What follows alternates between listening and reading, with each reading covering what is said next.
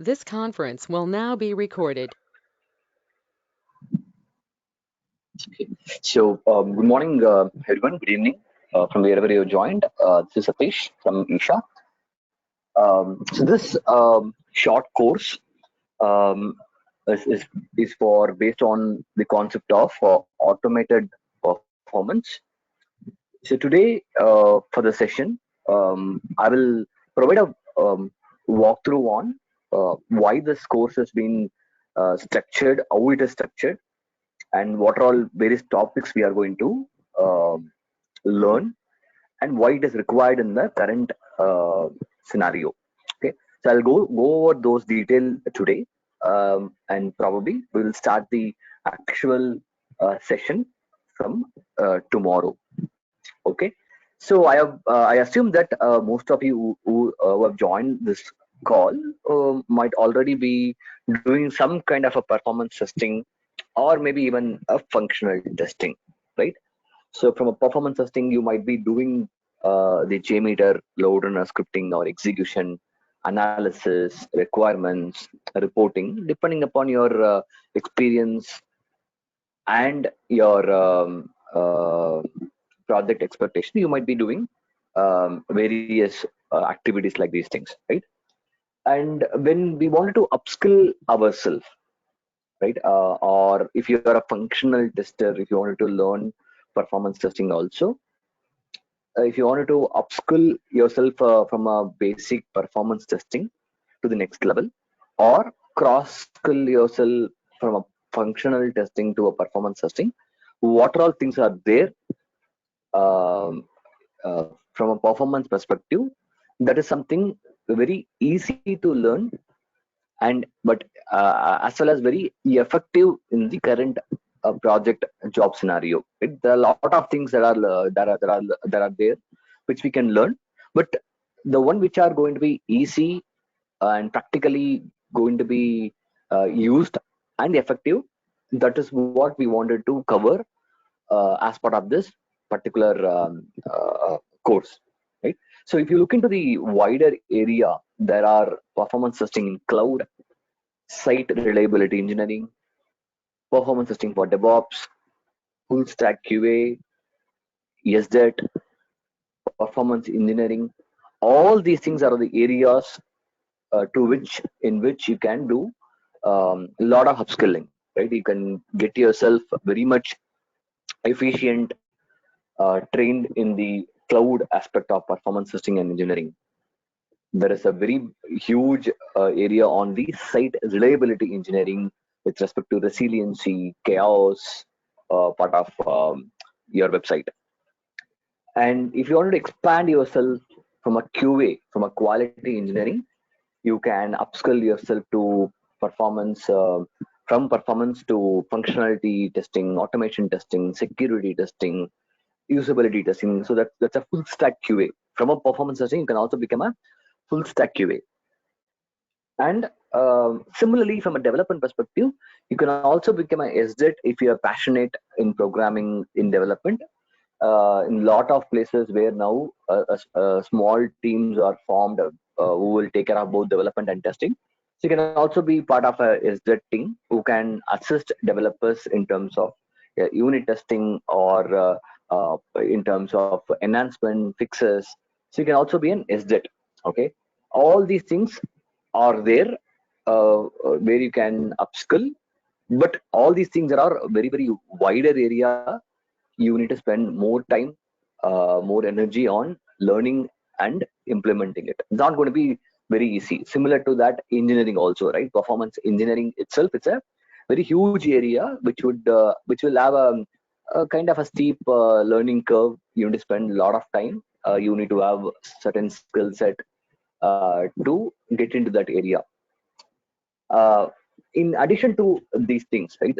In the left hand side, I have mentioned few things which are going to be something very required in this current scenario in the projects where DevOps is there, where cloud is there. These things are very much now used in a lot of places, very much needed, very much asked in a lot of places.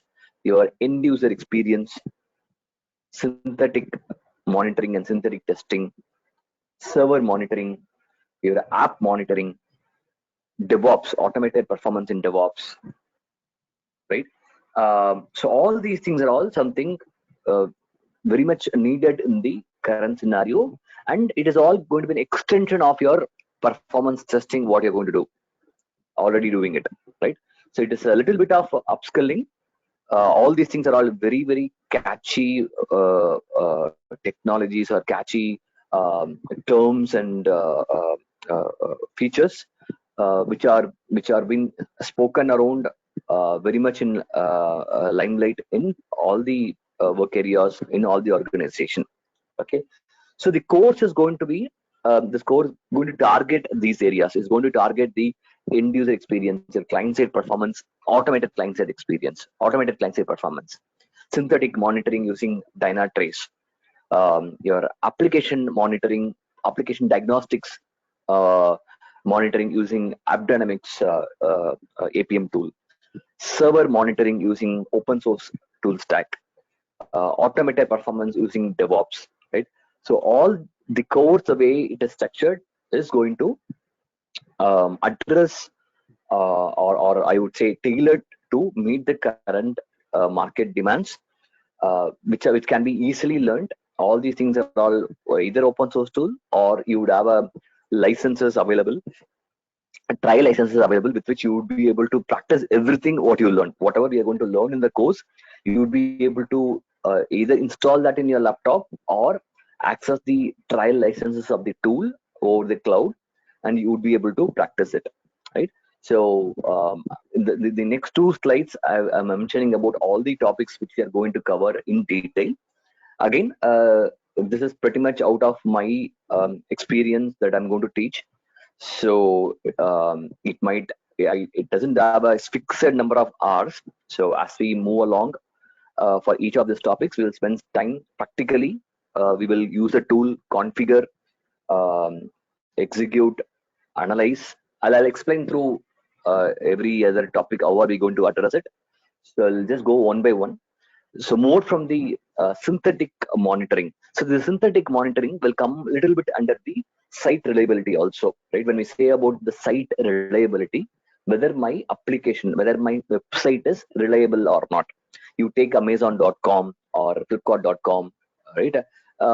If you see last 1 month or 2 months, even your Facebook or WhatsApp were down, right? We're down for 3 hours, 8 hours, 12 hours. So that is where your reliability comes into picture, right? What happens when the outages happens, right? When Facebook was not working, when WhatsApp was not working, uh, before even your end user go and complain or make an issue that saying my WhatsApp is not working, Amazon.com is not working, how can I proactively monitor my production site, production URL, and detect that outage? That is the whole purpose of synthetic monitoring, right?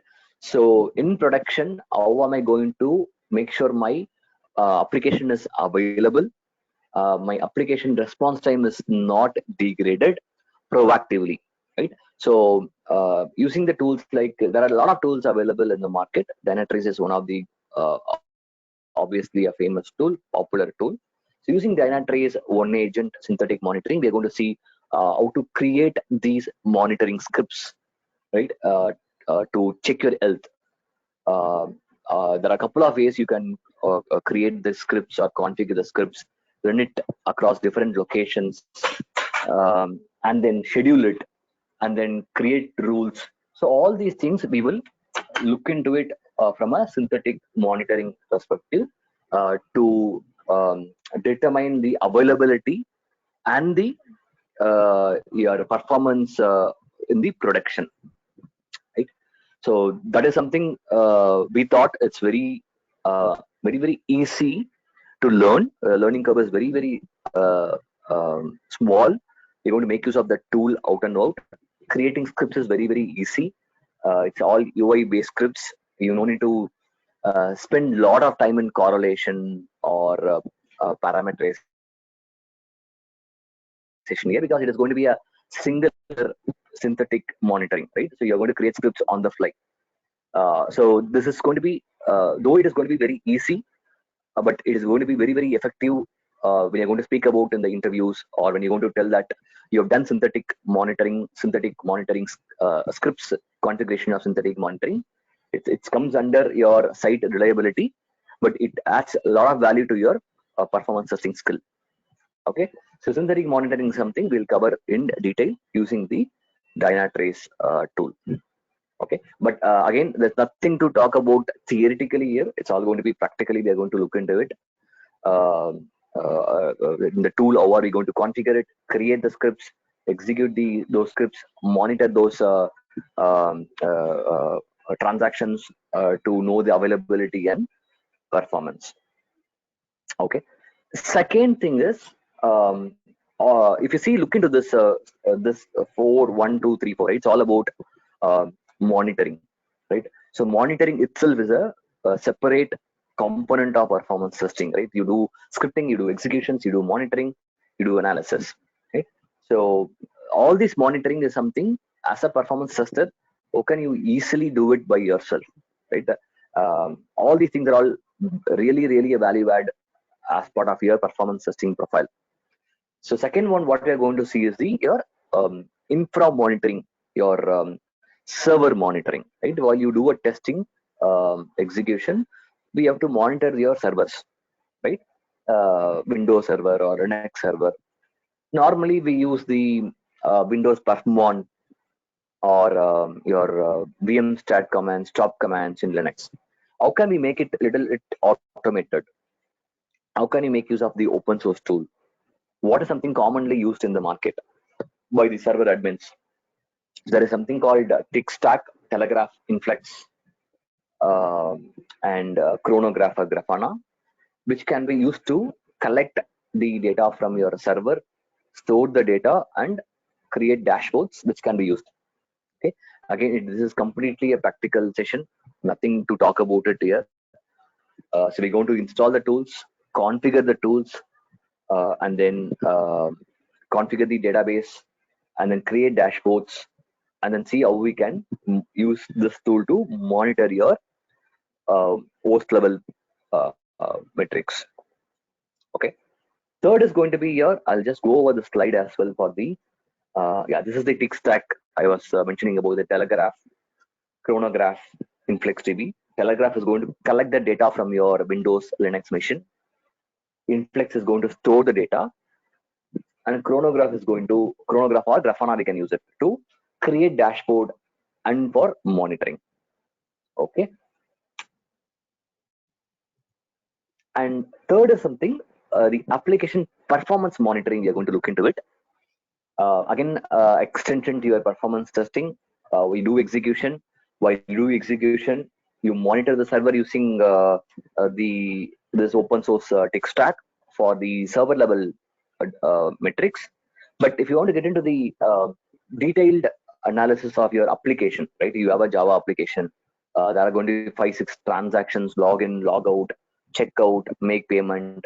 If something is taking more response time, the response time is high in your JMeter or load runner, how can we make use of tools like AppDynamics, an APM tool, to monitor these business transactions, to know what is happening at the server level, to know the JVM level memory, thread utilization, garbage collection time, database time, third-party calls, response time diagnostics. If the response time is more, which method is taking more time? All these things are all a part of engineering, but we're not going to get into engineering concepts.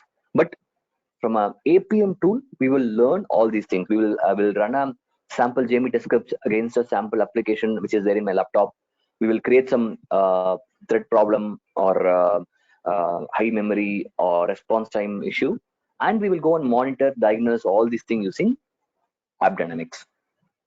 Okay, so this is going to be, and initially we'll also see how to configure this AppDynamic also. Every tool we are going to see how to configure the tool. In this case, for AppDynamics, we will try to learn how to connect the AppDynamics with the Java application. And then we'll go and run a small JMeter scripts against the real application, and we will try to troubleshoot the problems, and then monitor all these different aspects of database, third-party calls, JVM memory, thread, garbage collections, right? That is how we are going to look into the app dynamics as well. Okay, so synthetic monitoring followed by the open source stick stack server monitoring, application monitoring, and an extension to that, right? You might have already used JMeter or load runner performance center. One of the drawback with JMeter is your live monitoring, right? You unless you have to like Blazemeter, it is difficult to monitor the JMeter execution. So we want to again make use of the same combo Inflex and Grafana and see how we can monitor your JMeter load test. Okay, so it is more about load test monitoring specific to JMeter. We're going to use Inflex listener in JMeter scripts, create some dashboard in Grafana, and see how we can monitor your load test for your JMeter. Again, all these things are all something very more, little bit modern.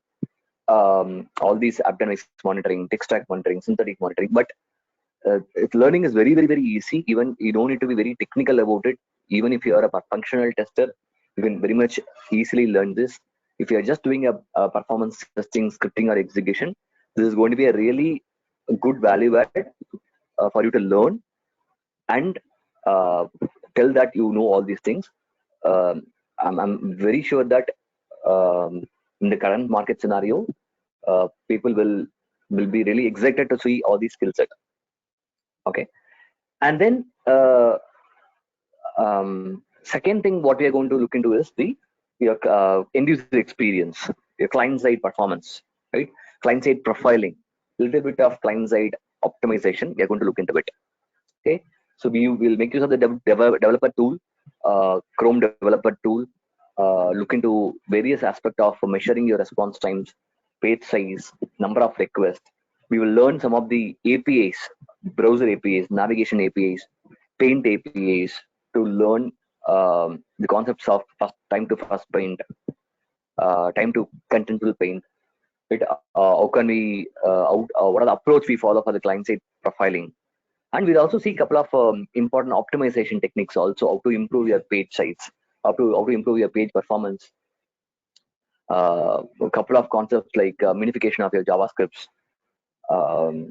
combining your style sheet or JavaScripts, um, uh, compression techniques. So these things we will look into it in detail about the client-side performance and analysis. While we do it this manually, client-side profiling and analysis, how can we also automate it using the Selenium? Okay, so Selenium performance again going to be another topic which we are going to learn how to automate the while the Selenium scripts are created by the automation team, how can we make use of that to gather the single user performance, to gather your detailed R files, your page size, your waterfall analysis. So the metrics which we will gather during our client-side profiling, we'll try to see how we can automate it using the Selenium. Right? We will create some few sample Selenium scripts. We'll also see how to easily to create Selenium scripts, because in some cases we will get automation scripts from the automation team. In certain cases we can also create our own very simple scripts. So we'll see how to create simple Selenium scripts and inject few APIs, few jar files in those Selenium scripts to get to those single user performance automated. Again, even if you don't know Selenium, even if you don't know about the Eclipse or Java, it doesn't really matter, because we are not going to get into these in detail. Doesn't required. It's all about templates. We'll keep it very simple. We'll learn how to do this very easily and effectively. Okay. So both this client-side performance using developer tool, navigation API, paint timing APIs, optimization techniques, and it will be followed by your Selenium for performance. And in the end, we'll also, DevOps is very, very buzzword everywhere, and performance in DevOps is something like not effectively done in a lot of places. There are a lot of myth around it. We will see what is the DevOps process followed by by various successful teams when it comes to performance, because not everywhere, at least to my experience, out of 100 places where DevOps is there, only 20 places performance is implemented properly. That's what we have seen it really in a lot of customers. So we'll see what are those DevOps processes for performance. What is the practical approach they follow to make it successful? Why it is not successful in a lot of places? We will also go and look into Jenkins, JMeter, GitHub integration, how to make use of plugins to bring these two together to run automated performance executions. We'll go and see how to create pipelines, Jenkins pipeline, what are the various pipeline that we will use it for performance. We'll do some execution and we'll learn some best practices. Practically, we'll do all these things, creating pipelines, installing plugins, integrating Jenkins, JMeter, GitHub to run JMeter scripts.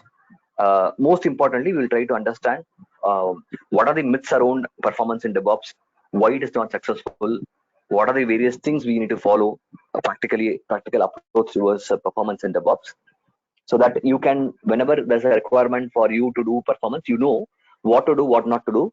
Is it possible to do it or not for a project, for an application? Then bring those aspect into your project, and then if it's going to be JMeter or load runner, how are we going to approach it for integrating with Jenkins, right? So all these things again practically. So I would say all these topics, 95% is going to be practical. Only maybe 5% I will be talking it with the help of slide. Everything we are going to make use of the tools. Completely I'm going to do and so on, you're going to follow. And I'll also provide the Google Drive and Google Sheet to download the links to download these tools, register for trial licenses, and all the scripts that we create or artifacts that we create, whatever that we will create it, that will be available in the Google Drive also, where I'll give access. Right. So which means after the course or during the course, you would be able to go and install these tools and follow whatever that we have learned a particular day. You will be able to go and do it yourself and so on. That is the purpose as well. So you will get access to the Google Drive and the Google Sheet with all these required artifacts and information. Okay, so I'll take a pause here. If there is any questions, feel free to ask. I'll try to answer it.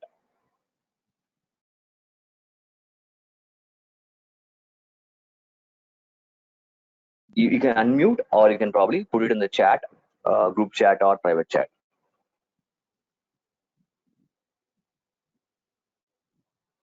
Hi, Satish. I'm a Selenium performance thing, and I do only performance on JMeter. So will I be able to cope up with this course, at least on a high? I sometimes do on JMeter. So I mainly work on the name. Okay, currently you're using JMeter. Yeah, JMeter, and I analyze these aggregate reports. I write the script. That's all. I don't know load runner all this. So will I be able to cope up with this? No, see, whatever we are going to learn, absolutely, that is something targeted for the people like you, because it's an extension of what you're doing already.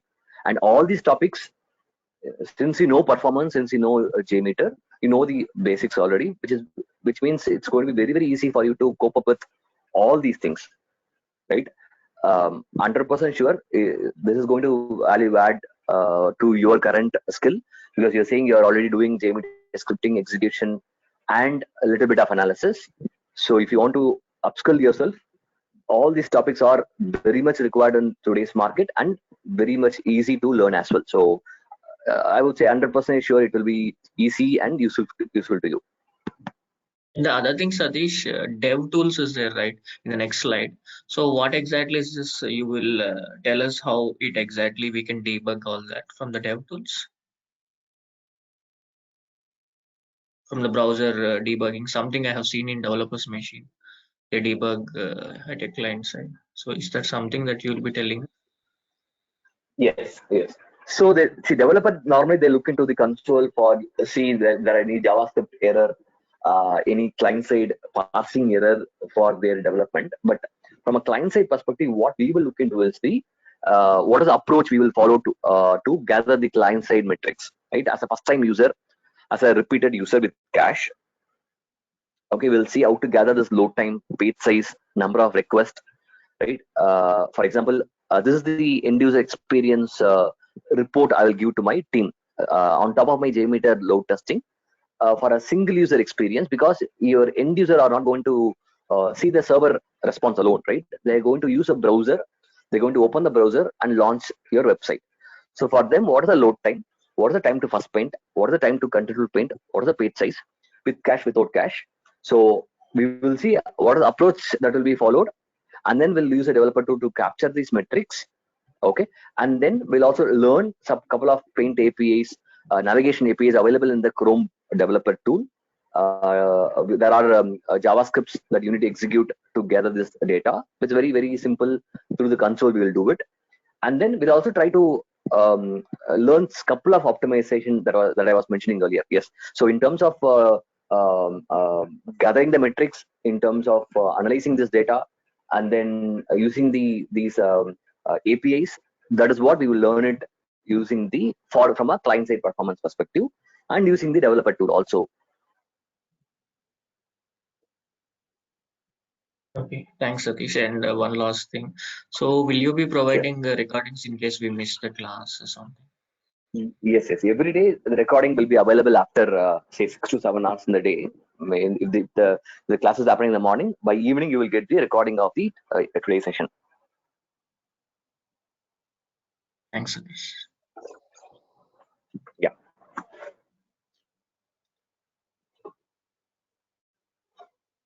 Hi, Satish. Hi. Even people with JMeter experiences must and should to continue this thing, or basic programming skill set is enough to continue this course? No, so what is your, as I mentioned earlier, right? If you are already doing some functionality testing, if you Yeah, wanted to upskill I'm into manual and automation. That's why. okay, see in that case, right? If you wanted to upskill I will say cross skill to performance testing, all these areas would be really a, I would say a jump start, right? Because you really don't need to um, know lot of things about performance testing basics to learn these things. All these things are all separate topics, but from performance perspective, it's all going to be easy, important. Only thing that you would additionally need is, say, if you wanted to become really a performance test engineer, then you may have to probably get into one of the tools like JMeter or LoadRunner in detail to know the scripting and creating scripts and executing the scripts. That is something a separate thing that would require a lot of time and training for that, because like your Selenium scripting, right? To know the LoadRunner scripting or scripting, that is a separate thing.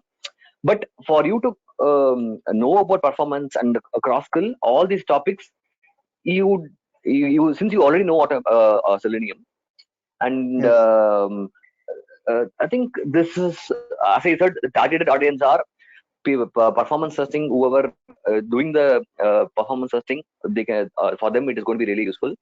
For the functional testing, this is a really easy cross skilling with which you would be able to enter into performance area. So it will be useful for you, sure. Okay. Yeah. Before we have structured, yeah. See, the client side performance, right? What are we going to talk about? Client side performance is completely separate topic that a functional tester can pick it up, and it's and the extension of that Selenium for performance. Since you already know Selenium, I think this will make even more meaningful to you.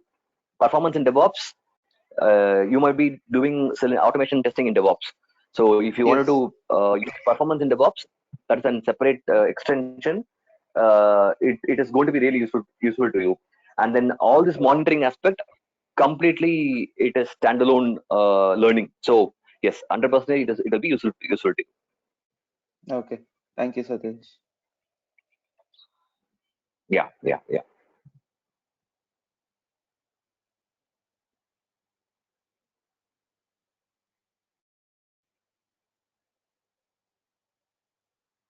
Okay. Guys, any other questions you have? Anyone else have any questions?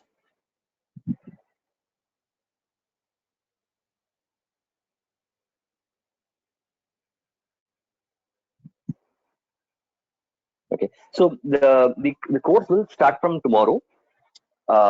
Since we have Diwali in the middle, we might have one day off on Thursday, or depending upon people who is going to register, and if you think that you need maybe a 2 days off, we can also probably take Thursday and Friday off, depending upon all your requirement. Uh, we can be really flexible, because its objective is not to rush it up and complete it. We wanted to have a full participation and then to learn all the topics. So we'll start tomorrow, and Thursday will be an off, since it's Diwali. And Friday also, if you guys think that we wanted to have off for a Diwali as a 2 days, we can definitely do that and then continue with that. So totally, we are targeting around 8 hours, 8 days or 9 days. I don't know exactly how much days it is going to take it, but roughly 8 to 9 days. We'll go through slowly and cover each and every topic. So it will take at least 8 or 9 days to cover all these topics. Okay, fine, guys. So I'll stop it here. If you have any questions after this call as well, you can put your question in the group, or you can probably message me. If you have any questions around the course or fees, you can reach out to me or Kumar sir as well. Okay. Thank you very much for your time. We'll meet again tomorrow, and you can whoever wanted to proceed with the registration or payments, you can reach out to Kumar sir. Okay. Fine, guys. Thank you very much.